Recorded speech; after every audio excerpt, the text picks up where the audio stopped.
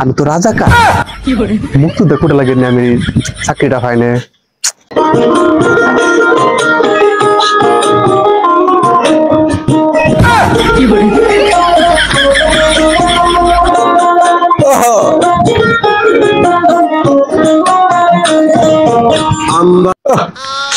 কারণ গেল নাকি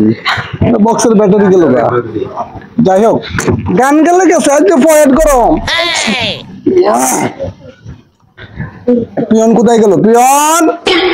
দেখেন আমদার সাহেব আলু পটলের আর সরিষার দর যেভাবে বাড়তেছে অতিরিক্ত বাইরে গেছে গা বেমানান আজকে পকেট গরম করলে ঘরে বাজার গরম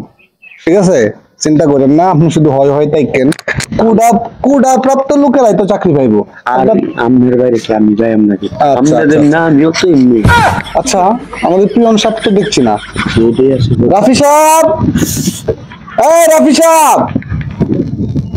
ক্যান্ডিডেট আসে নাই ওদের পাঠান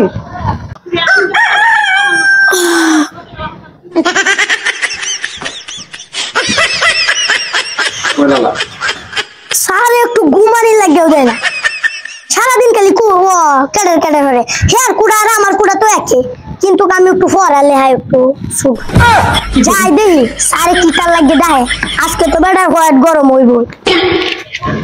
দিছে ক্যান্ডিডেট নিয়ে আইছে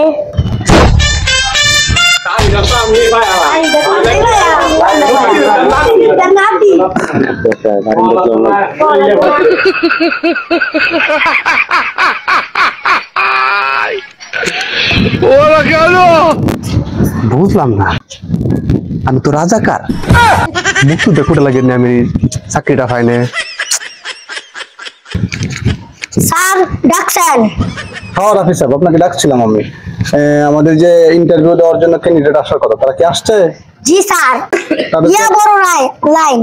আচ্ছা আচ্ছা ঠিক আছে তাদেরকে তারা কুড়াপ্রাপ্ত লোক আপনি আর আমার মতো তাদেরকে আগে পাঠান আচ্ছা স্যারের খালি ফোহেড ভরে আমার ফোহেড ভরে না আজকে একটা চাল সারাম এই আসেন তাড়াতাড়ি করে স্যার আইসি একজন কুড়ার ঘরের কুড়া মানে নাতি জি স্যার আচ্ছা স্যার সমস্যা নেই স্যার কুড়া তো এক কিন্তু আমি একটু কাট স্যার আমার একটু মানে আচ্ছা যা কেমন চাপ না স্যার বসতাম না নো কোনো ব্যবস্থা করা হয় নাই ঠিক আছে এখানে আপনারা যে জবের জন্য আসছেন এটা তো ডিফেন্সে জব করবেন আপনারা এখানে তো দাঁড়িয়ে থাকতে হবে এটা আপনাদের প্রাথমিক ধৈর্য টেস্ট ঠিক আছে এটার জন্য আপনাদের দাঁড়িয়ে ইন্টারভিউ দিতে হবে আপনি তো তামিম সাহেব না আপনার সিভি তো দেখলাম মাশাআল্লাহ ভালোই তো আপনার পরিচয়টা মুখে একটু দেন শুনি স্যার আমি মুক্তিযোদ্ধার নাতি মাশাআল্লাহ মুক্তিযোদ্ধার নাতি তা আপনি ছেলের ঘরের নাতি জি না মেয়ের ঘরের জি না নাতির ঘরের নাতি জি না পুতির ঘরের নাতি জি না স্যার মহা মুসিবতে পড়লাম আচ্ছা তাহলে কি আপনি তুতির ঘরের নাতি জি স্যার আচ্ছা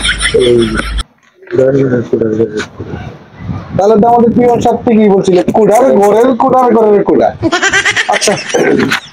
স্যার আমার চাকরি দিতে হয়েছে আপনাদের আবার চাকরি না হয় এটা তো আপনার বাপ দাদাই করে দিয়ে গেছে আপনি আসেন নেক্সট জি স্যার